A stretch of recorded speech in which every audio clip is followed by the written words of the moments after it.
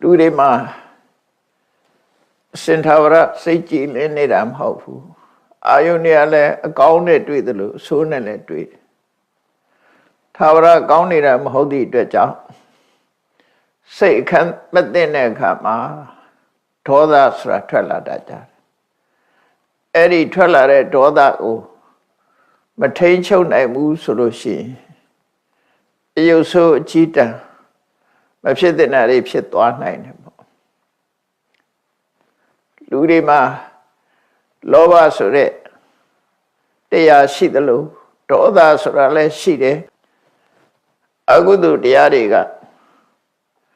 ကိုယ်ထင်ကြီးတဲ့မာနသူတစ်ပါးကြီးပွားတာကိုမနာလိုတဲ့အိတ်တာ